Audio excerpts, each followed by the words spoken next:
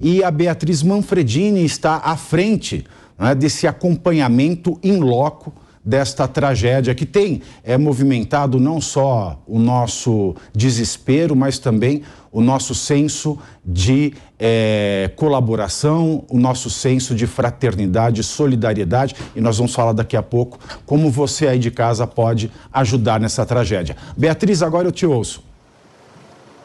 Oi, Pavinato, boa tarde para você, para todos que nos ouvem, nos assistem aqui na Jovem Pan.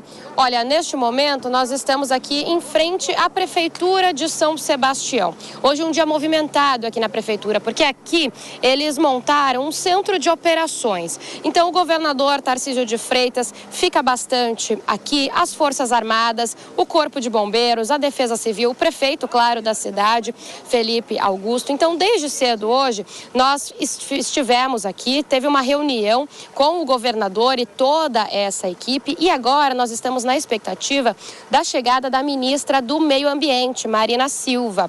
Ela veio até São Sebastião, se encontrou com o governador Tarcísio de Freitas e eles fizeram um sobrevoo em todas as áreas afetadas pela chuva e desceram ali na Barra do Saí, o local mais prejudicado, onde pelo menos 50 casas desabaram. Ela desceu ali, foi dar uma olhada na região, pelo menos na escola, na ONG que abriga ali as pessoas que ficaram desalojados, porque o local mesmo da destruição ali na Barra do Saí só é possível acessar de helicóptero. Mas a ministra então chegou aqui em São Sebastião por volta das 10 horas da manhã, desembarcou lá na Barra do Saí por volta das 11 e neste momento há a expectativa desse retorno. Eles estão pousando aqui em São Sebastião e devem chegar a qualquer momento o governador Tarcísio e a ministra aqui para a Prefeitura de São Sebastião.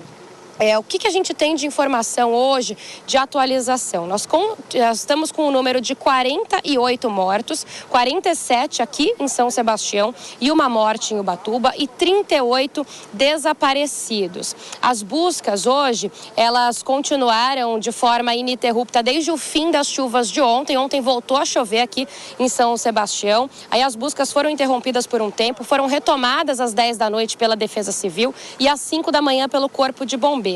A Defesa Civil, ela está usando um aparelho que detecta sinal de celular por baixo dos escombros, porque desse jeito tem uma expectativa de que o celular esteja próximo a alguém e que alguma pessoa seja encontrada.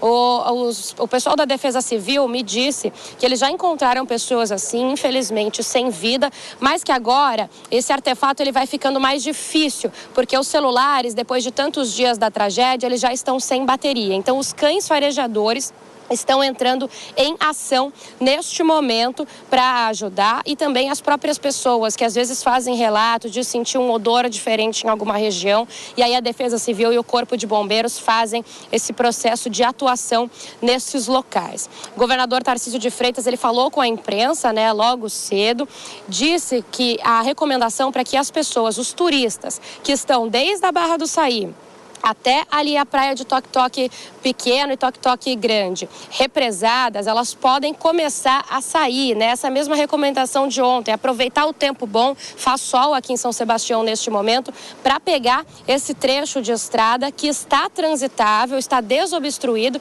e para que as pessoas consigam chegar aqui ao centro da cidade e sair, voltar para casa, ou pela rodovia dos Tamoios ou pelo sistema Anchieta Imigrantes. Então essa continua sendo a recomendação desse movimento de saída. Tarcísio disse que ontem cerca de 7 mil veículos deixaram aquelas praias mais prejudicadas e vieram aqui para o centro de São Sebastião. Então esse movimento continua hoje, inclusive com ônibus da Prefeitura de São Sebastião que estão buscando as pessoas que estão sem carro, ou porque o carro ficou perdido nos deslizamentos, ou porque as pessoas já foram mesmo passar o carnaval de ônibus nessas localidades, Tarcísio de Freitas, ele ainda falou um pouco sobre as buscas que hoje também estão concentradas na região da Praia Preta, que fica entre Juqueí e a Barra do Saí. Ali é um ponto intransitável transitável, nem se sabe onde está a rodovia Rio Santos ali, e a Defesa Civil acredita que muitos carros estão soterrados ali, que pode então ter pessoas ali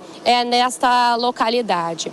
Outra novidade, Pavinato, é que o Tarcísio, o governador de São Paulo, conseguiu uma liminar na justiça para remover compulsoriamente, ou seja, à força, aquelas pessoas que estão em áreas de risco e não querem sair de casa. Ele disse que isso só vai acontecer em último caso, mas que foi uma medida necessária. Nós temos um trecho dessa fala, vamos ouvir. Ontem, a gente na Barra do Saí, acompanhando o trabalho do Corpo de Bombeiros, uma senhora chorando, me aborda e diz o seguinte: meu pai não quer sair da casa, a nossa casa vai cair, me ajuda a convencer meu pai. E a gente está lá tentando convencer o pai dela a sair.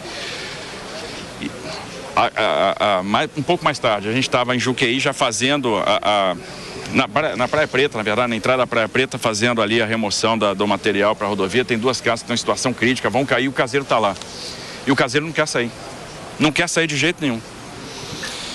E aí a gente então entrou com essa ação na justiça para isso. A gente vai tentar convencer, vamos usar todos os argumentos, vamos tentar acolher, vamos tentar mostrar que eles vão ser abrigados, vamos mostrar que a gente vai proteger o patrimônio, que a gente vai garantir a segurança. Em último caso, a gente vai fazer a remoção.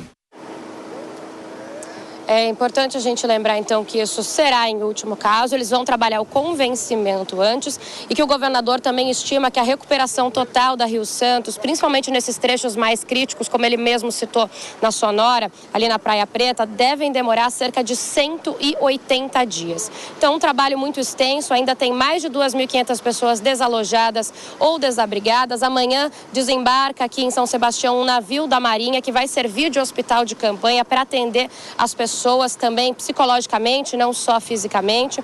Pelo menos 20 adultos e 6 crianças foram resgatadas com vida. 7 dessas pessoas estão em estado grave e a gente segue aqui nessa situação difícil. Pavinato, a gente vai aguardar, ver se a ministra do Meio Ambiente, Marina Silva, chega mesmo daqui a pouquinho. E aí, claro, a gente chama vocês aqui de novo para mostrar um pouquinho do que ela vai dizer. Perfeito. Até porque, né, Beatriz, ela tem insistido num ponto que é de fato importante, que é a política ambiental ela ser transversal em todos os ministérios. Então ela vai ser uma ministra que vai conversar com os outros ministérios e o que nós temos aí é uma tragédia de cunho ambiental. Não é? É o desrespeito ao meio ambiente, às áreas que fazem absorção de águas que acabam levando essas tragédias. Agora, deixa eu lhe perguntar uma coisa. Você que está aí desde o começo, né, desta tragédia que se tornou uma crise humanitária, repito, hoje mais cedo nós estávamos discutindo uma reportagem de que comerciantes locais chegam a vender água por R$90.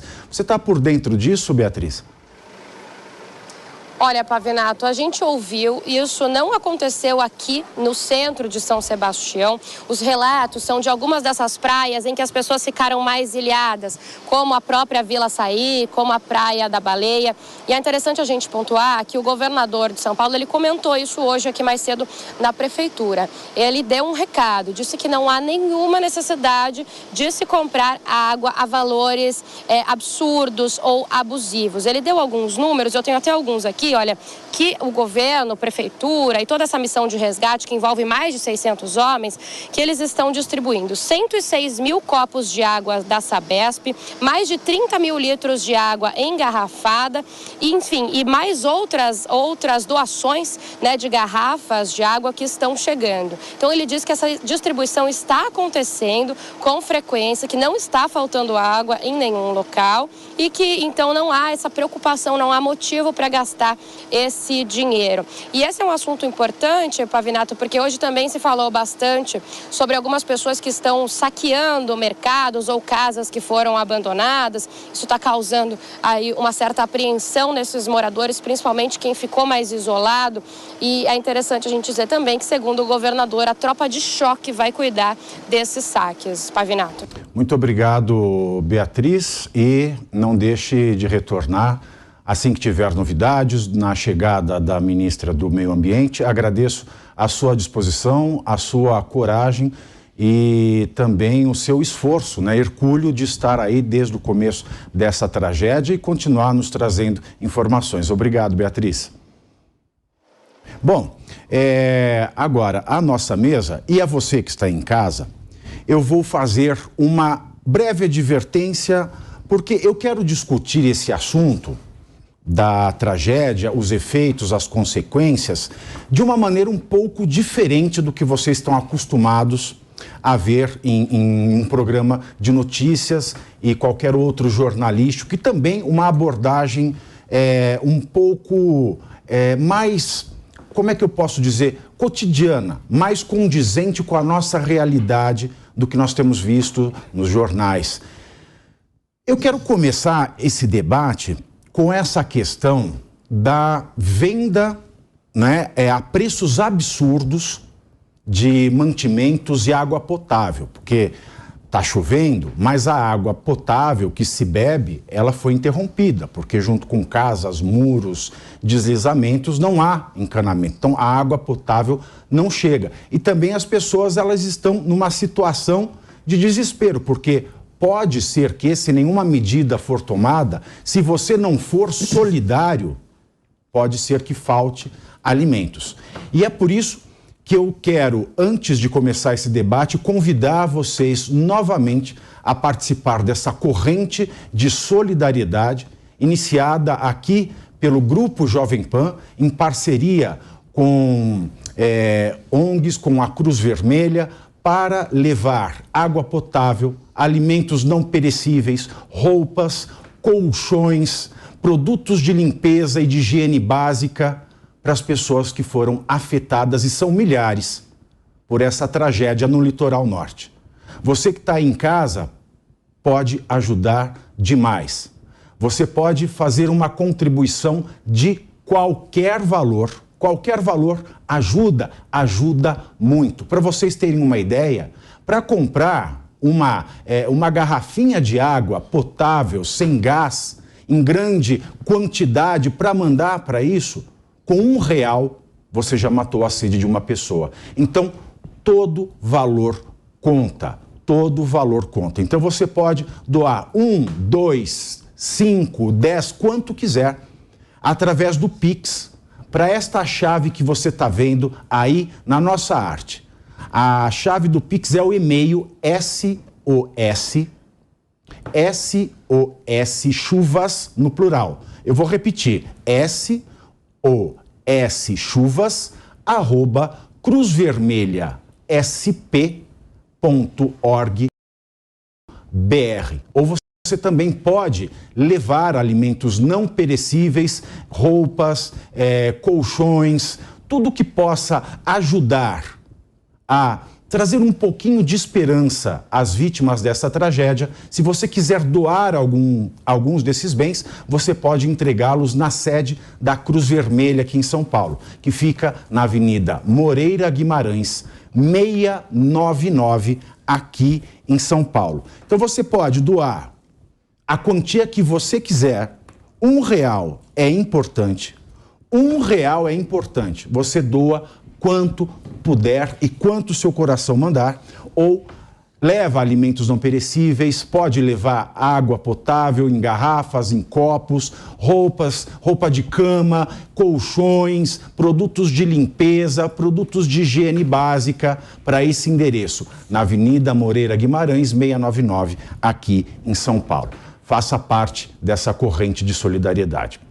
E voltando aqui no nosso assunto, para a nossa mesa, a gente vê, né, quando a gente pega uma notícia dessa, as pessoas estão vendendo garrafa de água por R$90 nas regiões afetadas.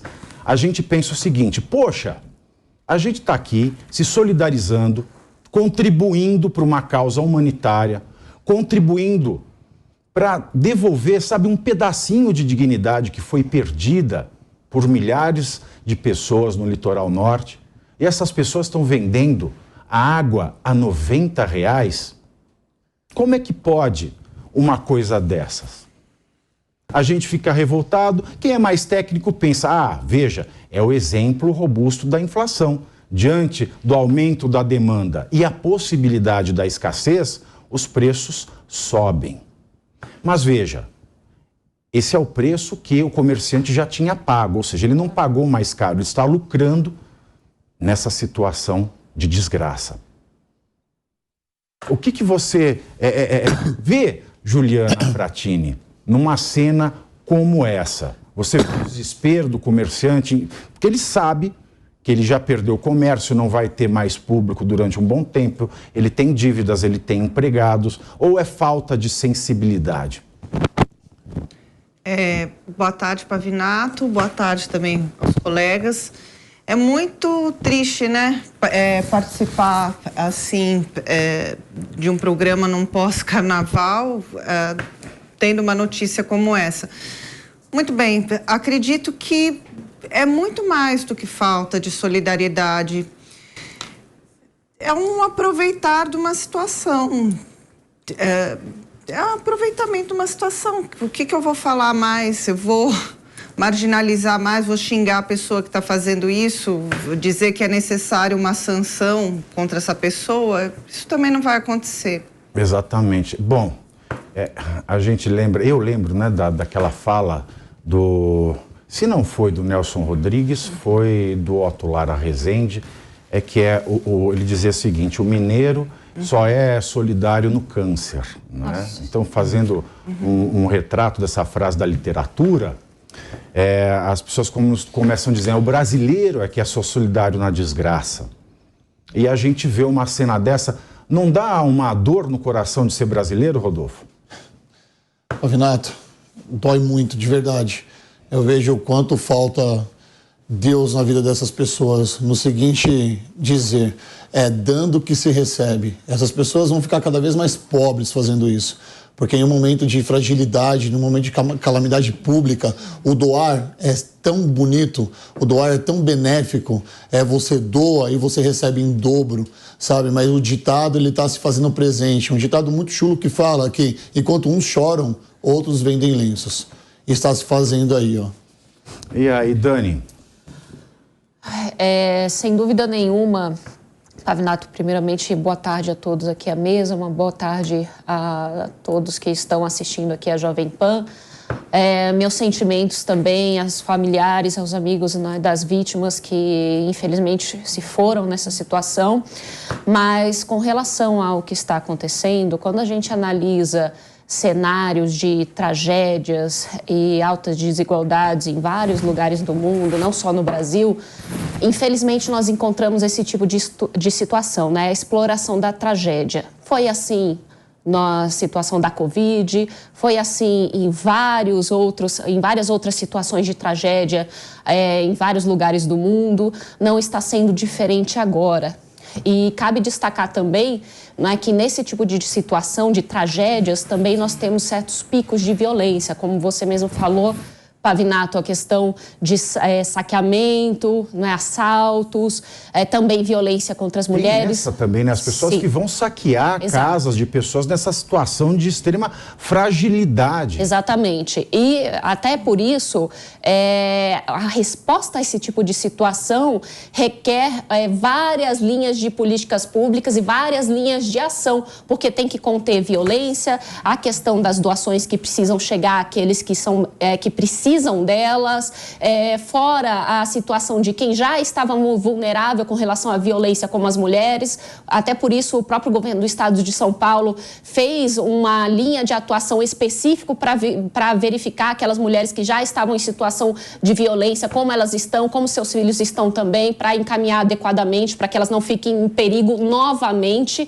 né? Então, vários tipos de ações são necessárias, porque este é um momento em que as pessoas ficam fragilizadas, mas infelizmente é um momento que também ocorre a maior tipo de exploração que o ser humano pode presenciar. E não dá para fazer nada, né, Bissoli? A gente sabe que as nossas leis, elas vedam esse tipo de comércio que explora o estado de necessidade, que essas vendas, elas são passíveis de anulação depois. Mas, assim, na prática, não tem o que fazer, não é?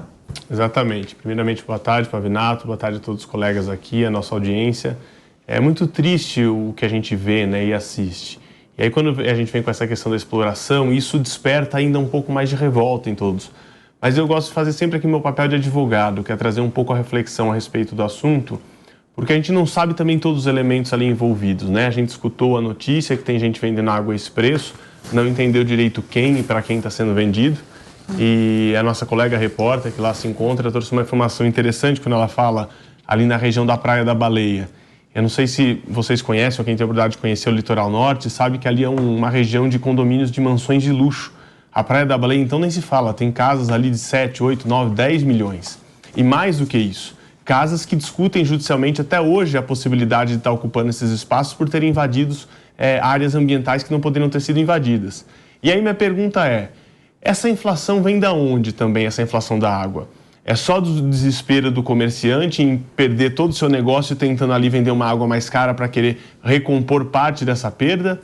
É o mau caratismo de querer tomar vantagem por ter comprado por menos e vender por muito mais e ganhar dinheiro diante da tragédia?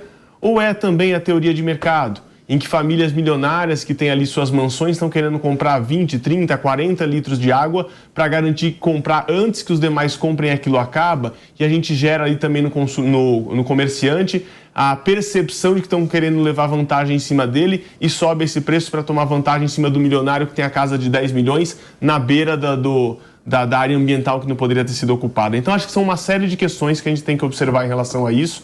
Acho que é um ponto de atenção. Jamais ganhar explorando a tragédia alheia é algo que deve ser considerado. E isso não só em situações como essa, do exemplo do cotidiano.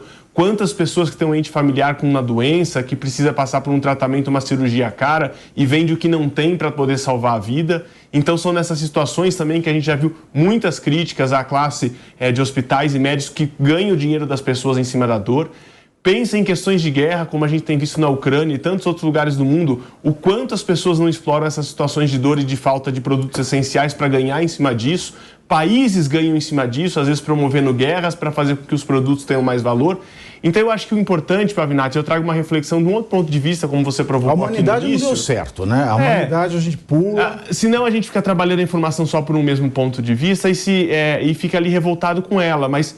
O quanto de perspectiva isso nos dá em relação a tantas coisas que acontecem no dia a dia, seja num problema de saúde, seja numa guerra num país ainda que não seja o nosso, que pessoas ganham dinheiro explorando a dor das outras pessoas. E é isso que a gente tem que começar a adotar atitudes para acabar. Não acabar do ponto de vista sobre a aplicação de lei e autoridades. Não adianta o PROCON ir lá e multar o comerciante por isso, que não vai resolver necessariamente. Mas é de nós, enquanto sociedade, reprovar esse tipo de conduta, mas ao reprovar também doar para a Cruz Vermelha, para ajudar a chegar água lá. Então é criticar e fazer nossa parte. Quando a sociedade dá exemplo do que cobra dos outros, vai poder cobrar em dobro. Quando a gente só cobra sem dar exemplo, a gente vai fazer um discurso vazio. Então acho que é isso que tem que tocar as pessoas num momento como esse e entender isso como uma grande oportunidade de reflexão e de avanço na forma de lidar com as pessoas.